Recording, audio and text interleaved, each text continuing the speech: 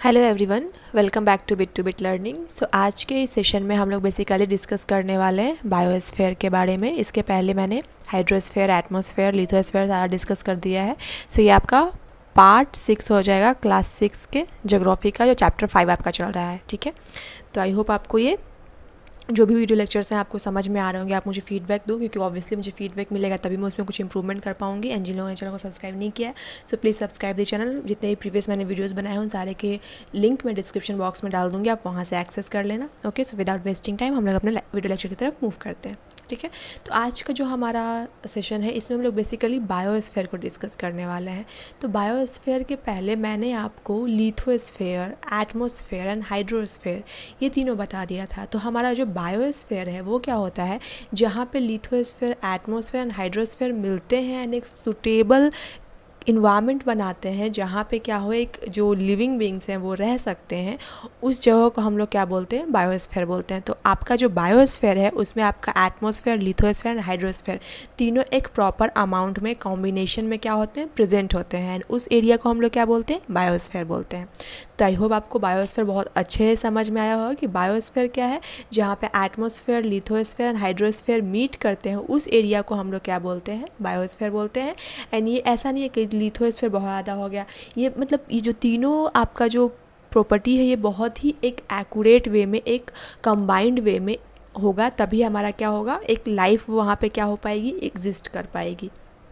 ठीक है, तो यहाँ पे यही लिखा हुआ है कि biosphere is the narrow zone of contact between land, water and air. And land, water, air में क्या होगा, lithosphere, hydrosphere and atmosphere. So I hope आपको ये तीन चीज़ें क्लियर हो गई होंगी।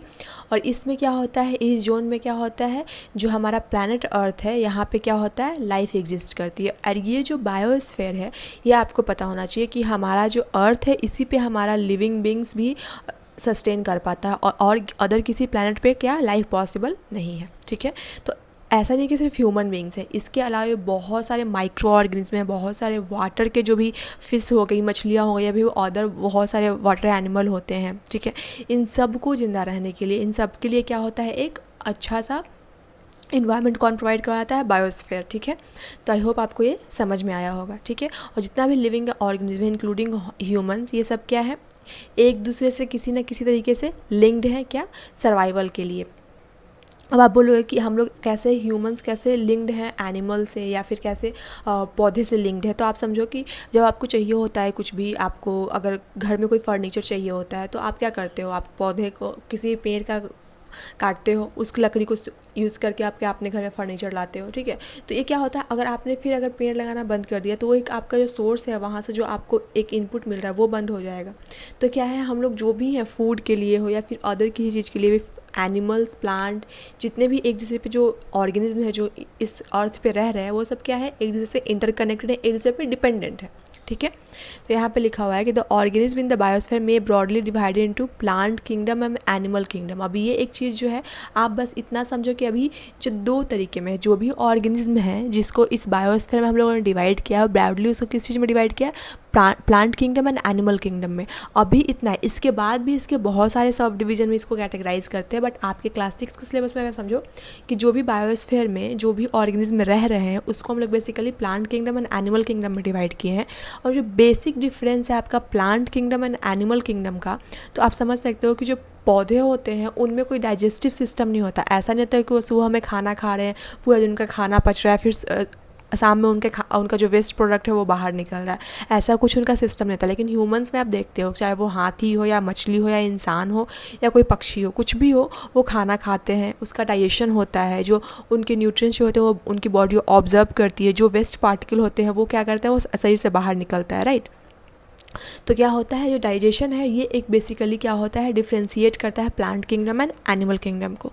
तो आई होप आपको ये समझ में आया कि plants do not consist the digestive system while animals do, जबकि एनिमल्स के पास क्या होता है, डाइजेस्टिव सिस्टम होता है। एंड ये जो हमारा जो बायोस्फीयर है उसमें जो ऑर्गेनिज्म रह रहे हैं उसको बेसिकली दो किंगडम में डिवाइड किया गया है, एक प्लांट किंगडम हो गया, दूसरा एनिमल किंगडम हो गया। तो आई होप आपको ये समझ आया होगा। ठीक है, अब इसमें क्या होता है, जो हमारा बायोस्फीयर है जिसमें आपको मैंने बताया था जो 3 डोमेन्स हैं, वो आप क्या करते हैं, एक दूसरे अफेक्ट करते हैं। सिर्फ ऐसा नहीं है कि हम लोग जो बायोस्फीयर में रह रहे हैं ऑब्वियसली वहाँ पे सारी चीज़ें जो है एक एक्यूरेट अमाउंट में है, तभी हमारे पास वो एक सूटेबल इन्वायरमेंट दिया हुई है और हम लोग आराम से रहे। लेकिन अगर वहाँ से कोई भी एक चीज़, अगर मान लो वहाँ पे पानी ज़्यादा हो गया या सिर्फ ज़मीन है, पानी नहीं है या फिर हवा ही नहीं है, तो हमारे लिए वो सूटेबल कंडीशन नहीं रहेगा, राइट। अब मान लीजिए कि आपने पौधों को काटना शुरू कर दिया, बिल्कुल डिफॉरेस्टेशन होने लगा, तो क्या हो जाएगा, पानी आएगा, जितना भी वहाँ का सॉइल होगा वो उसको वहाँ से दूसरी जगह लेके चला जाएगा, तो उस जगह की ज़मीन क्या हो जाएगी, उस जगह का सॉइल, उसका न्यूट्रिशन तो कहीं और चला गया। तो वहाँ पे क्या हो जाएगा, जब पौधे नहीं रहेंगे तो वहाँ पे मिट्टी नहीं रहेगी, नए पौधे नहीं उग पाएंगे, एंड वहाँ पे क्या हो जाएगा, एक ऐसा इन्वायरमेंट क्रिएट होने लगेगा जहाँ पे लाइफ क्या हो, सर्वाइव नहीं कर पाएगी, ठीक है। तो ये क्या होता है, हम लोग जो भी है सारे एक दूसरे पे क्या है, इंटरडिपेंडेंट है, हमें भी उनकी ज़रूरत है, उन्हें भी हमारी ज़रूरत है, ठीक है। और यहाँ पे जो भी हमारा अर्थ सरफेस है ये बहुत सारा चेंजेस होते रहते हैं, ऐसा नहीं कि सिर्फ ह्यूमन एक्टिविटी से ही चेंज होते रहते हैं। अगर आपका अर्थ क्वेक आया तो वो ह्यूमन एक्टिविटी की वजह से नहीं हो रहा है, वो अर्थ के इनर सरफेस में कहीं कुछ ब्लास्ट हुआ जिसकी वजह से पूरा अर्थ सरफेस में एक मतलब कंपन हुआ, तो उसको हम लोग अर्थक्वेक बोलते हैं। तो ये सब क्या हो रहा है, एक ये आपका नेचुरल क्लाइमेटीज़ हो गया, ठीक है, जिसकी वजह से भी क्या होता है, हमारा अर्थ सरफेस क्या होता है, चेंज होते रहता है। अब यहाँ पे देखो, आप ये देख सकते हो कि कहीं अगर आप सुनामी आता है, ऐसा कि आपने सुनामी का समझा होगा, कि सुना ही होगा एटलीस्ट, कि सुनामी में क्या होता है कि समुद्र में, एक्चुअली वो समुद्र में भूकंप आता है, आप ये समझ लो कि वो समुद्र का क्या होता है, अर्थक्वेक होता है। तो उसकी वजह से क्या होता है कि जो जितने भी समुद्र के किनारे के जो एरिया होते हैं वो सारे क्या होते हैं, सारे पानी से घिर जाते हैं, बहुत लोग बेघर हो जाते हैं, बहुत लोगों को एक जगह से दूसरी जगह डिस्प्लेस किया जाता है क्योंकि वहाँ पर रहना उनके लिए पॉसिबल नहीं हो पाता। तो ये सारा क्या है, ये एक नेचुरल क्लाइमेटीज़ की वजह से हो रहा है, इसमें कोई ह्यूमन इंटरेक्शन नहीं हो रहा। लेकिन जो ह्यूमन इंटरेक्शन की वजह से ख़राब हो रहा है उसको ह्यूमन ही सुधार सकते हैं, राइट। जो नेचुरल क्लाइमेटीज़ की वजह से हो रहा है वो नेचर अपना काम कर रही है, लेकिन जो ह्यूमन की वजह से जो चीज़ें ख़राब हो रही है उसको सुधारना भी ह्यूमंस का ही काम है। अगर हम लोग प्लास्टिक वेस्ट को हर दिन इंक्रीज़ किए जा रहे हैं तो उसको कम करना भी हमारे ही हाथ में है, उसके लिए आपको नेचर अलग से आकर के कम नहीं करेगी, राइट। तो जो भी हम ख़राब कर रहे हैं वो हमें सही करने का भी हमारे ही हाथ में होना चाहिए, ठीक है। अब यहाँ पे लिखा हुआ है कि discharge of waste material into lakes river water makes unsuitable for human, it damage other forms of life. अब इसको ऐसे समझो कि अगर आपने इस नदी है, ठीक है, यहाँ पे आप रह रहे हो, यहाँ पे कोई इंडस्ट्री लगा दी है या कुछ कर दी है, तो यहाँ पे क्या हो रहा है, जो भी वेस्ट जो हो रहा है इंडस्ट्री का या फिर आपके घर का वेस्ट, अगर ये पानी में जा रहा है, राइट, तो जो आपका कचरा है आपने पानी में फेंक दिया, तो कचरा तो कभी अच्छा नहीं होता। तो यहाँ पे जो मछलियाँ रह रही हैं या फिर जो क्रोकोडाइल या कोई भी अदर जो जीव हैं जो पानी में रह रहे हैं, उनके लिए क्या हो रहा है, नुकसान कर रहा है। और अगर आप इस पानी का यूज़ अगर आपने एग्रीकल्चर के लिए कर दिया, ठीक है, तो ये जो जितना भी हमने वेस्ट प्रोडक्ट इसमें बहाया उसका कुछ पार्ट यहाँ से आपके इसमें आएगा और इस पानी को आप एग्रीकल्चर के लिए यूज़ करोगे, ठीक है। एंड उस एग्रीकल्चर के थ्रू जो आप क्रॉप प्रोड्यूस कर रहे हैं, जो फार्मर्स क्रॉप प्रोड्यूस कर रहे हैं, उसमें भी क्या हो रहेगा, वो आपका प्लास्टिक वेस्ट या कोई भी वेस्ट मटेरियल का क्या हो जाएगा, कुछ अंश रहेगा और वो फिर हम लोग खाएंगे। तो कहीं ना कहीं स्मॉल अमाउंट में ही सही, बट वो रहेगा और वो स्मॉल अमाउंट ऐड होते होते एक लार्ज अमाउंट में भी क्या हो सकता है, टॉक्सिक सब्सटेंस बना सकता है। तो ये क्या कर सकता है, ह्यूमंस के लिए भी अनसुटेबल हो गया एंड अदर्स जो लाइफ है जो भी इस अर्थ पे एग्जिस्ट कर रही है उनके लिए भी अनसुटेबल हो गया, राइट। तो इस तरह से चीज़ें क्या होती हैं, कभी भी कोई भी एक काम हम करते हैं तो ऐसा नहीं कि सिर्फ वो एक जगह नुकसान कर रहा है, वो घूम करके हमारे पास ही आता है, बस समझने में थोड़ा टाइम लगता है। ओके, सो आई होप आपको ये चीज़ क्लियर हुई होगी। ये सारा कुछ आपका बायोस्फीयर का ही पार्ट है, इसलिए मैंने सब जगह बायोस्फीयर ही लगा के रखा है ऊपर का हेडिंग। तो आप ये मत समझना कि मैं एक्सप्लेन कुछ और कर रही हूँ या यहाँ पे हेडिंग से बायोस्फीयर का है। तो ऑब्वियसली ये सारी चीज़ें जो है हमारी बायोस्फीयर में ही आ रही हैं, ठीक है। अब जैसा कि मैंने आपको बताया कि अभी जस्ट मैंने बताया कि आपका इंडस्ट्री लग गया है, कोई थर्मल पावर प्लांट हो गया, जैसे कि अभी हम लोग गाड़ी यूज़ कर रहे हैं, ठीक है, व्हीकल यूज़ कर रहे हैं, तो इससे क्या हो रहा है, एयर बहुत ज़्यादा पॉल्यूट हो रहा है। तो जैसा कि मैंने कहा, आइदर आपका हाइड्रोस्फीयर पॉल्यूट हो या एटमॉस्फेयर पॉल्यूट हो या फिर लिथोस्फीयर पॉल्यूट हो, कुछ भी पॉल्यूट होगा हमारा बायोस्फीयर ख़राब हो जाएगा, ठीक है। ये सारा तीनों जो है आपको एक एक्यूरेट अमाउंट में, एक फिक्स क्वांटिटी में, एक अच्छे क्वांटिटी में मिलेगा, तभी हमारा एक गुड बायोस्फीयर बनेगा जहाँ पे एक अच्छी लाइफ पॉसिबल होगी। लेकिन अगर तीनों में से कहीं कुछ भी ज़्यादा या कम हुआ तो हमारा क्या हो जाएगा, लाइफ सही नहीं होगा बायोस्फीयर पे, ठीक है। अब यहाँ पे जो कार्बन डाइऑक्साइड है वो क्या है, इंपॉर्टेंट कंस्टिट्यूएंट है, क्या है, एयर का। ऐसा कि मैंने आपको इसके साथ प्रीवियस वीडियो में बताया था।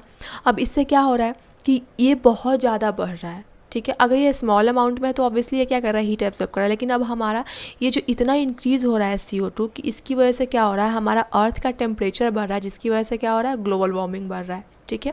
तो ये आपको समझना होगा ग्लोबल वार्मिंग क्यों बढ़ रहा है, क्योंकि CO2 जो है वो जितना अमाउंट में रहना चाहिए था एयर में उससे वो ज़्यादा हो गया है, जिसकी वजह से क्या हो रहा है, ग्लोबल वार्मिंग का सिचुएशन बन रहा है। तो इससे भी अगर हमें निपटना है तो भी हमारा वही है कि हमें जो भी इंडस्ट्रीज़ हैं, जो भी हमारा व्हीकल है, जो भी हम यूज़ कर रहे हैं उसको एक लिमिटेड सोर्स की तरह यूज़ करें। ऐसा ना हो कि किसी भी चीज़ को आप एक्सेस करोगे तो वो ख़राब ही होगा, राइट। चाहे वो कुछ भी, अगर आप ज़्यादा खाना भी खा लोगे तो आपको डाइजेस्ट नहीं होगा, आपको वोमिट हो जाएगा, राइट। तो जो भी चीज़ें होती हैं उसको एक फिक्स्ड अमाउंट में, एक सही अमाउंट में लेना होता है, ठीक है। चाहे वो हमारा ग्लोबल वार्मिंग का हो या फिर CO2 का हो या फिर ऑक्सीजन का हो या किसी भी चीज़ का हो, जो भी हमारे नेचर में है वो ऑलरेडी बहुत ही एक्यूरेट क्वांटिटी में, उसको हम लोग अगर खुद से बढ़ा रहे हैं या घटा रहे हैं तो वो हमारे लिए ही नुकसान करेगा, ठीक है।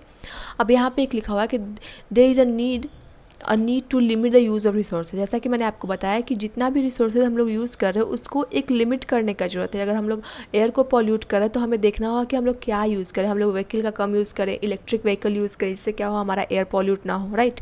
तो ये सारा क्या हो जाएगा, हमें बैलेंस मेंटेन करना पड़ेगा कि इसमें लिथोस्फीयर में, एटमॉस्फेयर में एंड हाइड्रोस्फीयर में। जैसा कि मैंने आपको ये पूरे थ्रू आउट द वीडियो के स्लाइड्स में मैंने बताया कि इन तीनों का एक फ़िक्स अमाउंट में इसका बैलेंस होना चाहिए, तभी हमारा बायोस्फीयर क्या हो जाएगा, एग्जिस्ट कर पाएगा। तभी हमारा एक अच्छा जो बायोस्फीयर में एक अच्छा जो सूटेबल लाइफ होगा वो एग्जिस्ट कर पाएगा। वहाँ पे डिफरेंट टाइप के पेड़ पौधे होंगे, जानवर होंगे, पक्षी होंगे, मछलियाँ होंगी, हम लोग होंगे, सब होंगे। तो हमें क्या होगा, ये सब ये तीनों domain, lithosphere, atmosphere and hydrosphere, इन तीनों के बीच में एक अच्छा बैलेंस मेंटेन करना होगा हमें इन नेचर के बीच। तभी हमारा बायोस्फीयर क्या हो जाएगा, बेसिकली ग्रीनरी कहलाएगा, राइट। मतलब एक सूटेबल अमाउंट में आपको सब चीज़ मिल जाएगा। सो आपके इस वीडियो लेक्चर में इतना ही था। अगर आपने यहाँ तक वीडियो को देखा है तो थैंक यू सो मच। और प्लीज़ मैं आपसे रिक्वेस्ट कर रही हूँ कि वीडियो को सब्सक्राइब कर दीजिए, लाइक कर दीजिए, अपने दोस्तों के साथ शेयर कर दीजिए एंड हाँ, अपने फीडबैक भी मुझे दीजिए, तो कि कुछ भी अगर मुझे इंप्रूव करना रहा तो मैं उसको भी इंप्रूव कर सकूँ। एंड प्लीज़ सब्सक्राइब बटन पर जरूर क्लिक कर दीजिए, बेल आइकन भी क्लिक कर दीजिए। Okay, so thank for watching my videos, stay tuned with me, thank you.